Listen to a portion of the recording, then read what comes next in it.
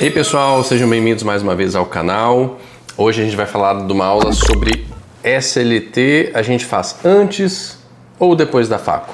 Qual que é o certo no nosso dia a dia? Essa é uma dúvida muito comum que a gente vê em congresso, nas discussões, e a gente tem a resposta para vocês. Ela é melhor do que vocês imaginam. Fiquem até o final que vocês vão descobrir, tá? Tem surpresinha, além do antes e o depois.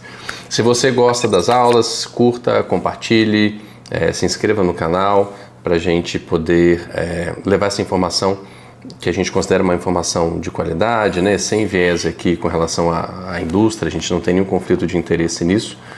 E vamos chegar de papo, vamos falar direto do que interessa. É uma aula bem curtinha, bem objetiva.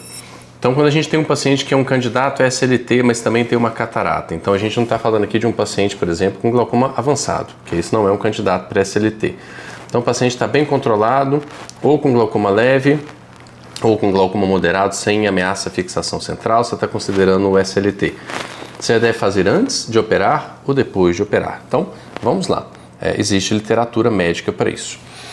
É sempre importante lembrar rapidamente que é o Light Study, né? Que é o estudo que vem balizando a nossa conduta de utilização do SLT como primeira linha de tratamento na redução da pressão intraocular dos pacientes. Às vezes a gente brinca que é a melhor MIGS que tem, né?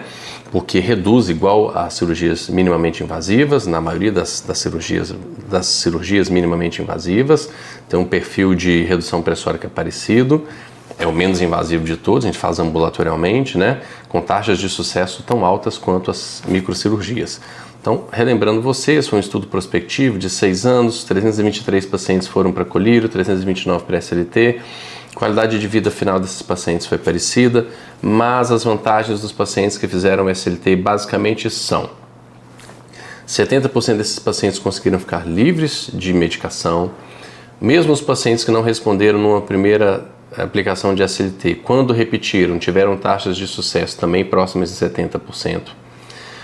O grupo que fez o SLT teve menos incidência de cirurgias, seja de catarata, seja de glaucoma, tá? Então, com relação à cirurgia de glaucoma, nesse N dos estudos, 13 do grupo SLT foram para cirurgia e 32 do grupo colírio. A incidência de cirurgia de catarata também foi menor no grupo SLT, a gente sabe da importância dos colírios na indução da catarata. E o mais importante desse estudo, o grupo SLT teve menor taxa de progressão da doença em campo visual. E aí pronto, aí é o que a gente quer. Glaucoma não é estacionar, não é diminuir a velocidade de progressão da doença do paciente, uma vez que não tem cura. Então, se é um tratamento que tem essa grande vantagem de ser mais efetivo com relação a estagnar a progressão ou diminuir essa velocidade de progressão, é o que a gente quer. Então, por isso que a gente fala que ele é mais custo efetivo, ok? Dito isso, a gente pode pensar no SLT antes da facu. Então, se eu fizer um SLT e depois operar esse paciente de catarata, eu vou perder o efeito? Tem vários estudos, a gente escolheu um aqui para vocês, que é um estudo publicado em 2013, retrospectivo, de 45 olhos de 35 pacientes que fizeram SLT e depois foram submetidos à catarata, tá? E acompanharam esses pacientes depois num período de 2 a 35 meses. E foram medindo a pressão desses pacientes. O estudo mostra aqui a pressão com 3 meses, com 6 meses e com 12 meses. Olha a tabelinha aí que vocês vão ver. Então, a pressão, a baseline era em torno de 15,8. O paciente então fez o SLT, depois operou sua facu.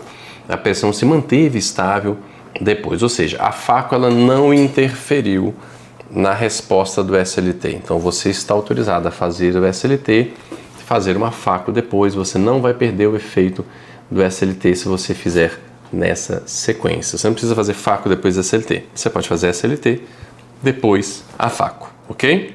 Então nesse próximo slide que fala do SLT depois da facu, é um estudo retrospectivo com 94 olhos de 75 pacientes, o grupo que era fáscico, né, 76 e pseudofáscico 18 pacientes. O que eles fizeram foi fazer SLT nesses dois grupos e acompanhar para ver, né, se existia alguma taxa de sucesso maior ou menor no grupo que era fáscico ou pseudofáscico.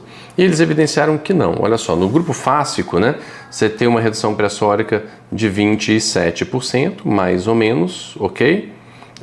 Na fase inicial das primeiras semanas, e com 30 semanas você mantém esse 27%.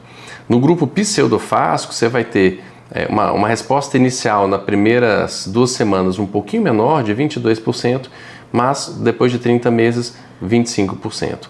Então, do ponto de vista estatístico, os dois performam da mesma maneira. Então, se você pega um paciente fácil que faz um SLT ou um paciente pseudofácil que faz SLT, ambos vão responder da mesma maneira. Ou seja, o fato de você ter feito uma cirurgia de catarata antes de fazer o SLT não interfere na redução pressórica que o SLT vai ter neste olho, correto? E o bônus da aula que a gente quis dizer para vocês é que existem estudos que fazem SLT e FACO no mesmo dia. Esse é um estudo de 2023 prospectivo. Eles até deram o nome para a técnica, que é de fazer o SLT e a catarata no mesmo dia, chama CAST, versus o grupo que fez SLT e FACO com só SLT e o grupo que fez só FACO, tá? Eles fizeram comparação do baseline da pressão com 1, 2, 3 e 6 meses. No grupo que fez SLT e catarata, o N era de 29, o grupo só do SLT era de 27 e o grupo só da FACO de 30. Redução média pressórica de 6 meses desses 3 grupos. O grupo que fez SLT e FACO no mesmo dia teve uma redução média pressórica de menos 7,3 milímetros de mercúrio. O grupo do SLT de menos 3,8 e o grupo da FACO de 0,7. Evidenciando aqui o que a gente cansa de dizer, né? Catarata não reduz pressão ocular em glaucoma primário de ângulo aberto, tá bom? E é o caso aqui desse estudo, né? Open Angle Glaucoma. E, surpreendentemente, o grupo que fez SLT e FACO no mesmo dia teve uma redução pressórica até maior do que o grupo que só fez SLT. 30% de redução pressórica, então, foi atingida em 37% do grupo associado SLT-FACO, 18% no grupo SLT e 0% no grupo da FACO. Tá? A redução de medicação foi maior no grupo do SLT com FACO. É um estudo isolado, a gente precisaria de literatura para embasar aqui e falar que SLT e FACO no mesmo dia funciona melhor. Não é isso que a gente quer dizer aqui. A gente quer dizer que você está autorizado até mesmo a fazer o SLT e a catarata no mesmo dia, porque você já tem estudo nesse sentido, ok? Então, para concluir, take home messages, você pode fazer o SLT antes, durante e depois de uma cirurgia de catarata. Ambos, né, as três possibilidades vão manter a possibilidade de redução pressórica de um SLT. Lembre que o SLT tem melhor custo-benefício do que o uso dos colírios, né? Na maior parte dos casos, ok? Esses pacientes, eles acabam tendo menos progressão de campo visual. O SLT ele pode ser repetido com taxas de sucesso ainda bastante elevadas, são mais seguros do que cirurgias angulares, as MIGs, e é um procedimento muito fácil de ser feito. Correto, pessoal? Espero ajudar vocês aí nessa dúvida que é tão comum no nosso dia a dia. Gostou? Curta, compartilha, se inscreva no canal e manda o vídeo para as pessoas que você julga que essa informação é importante. Grande abraço!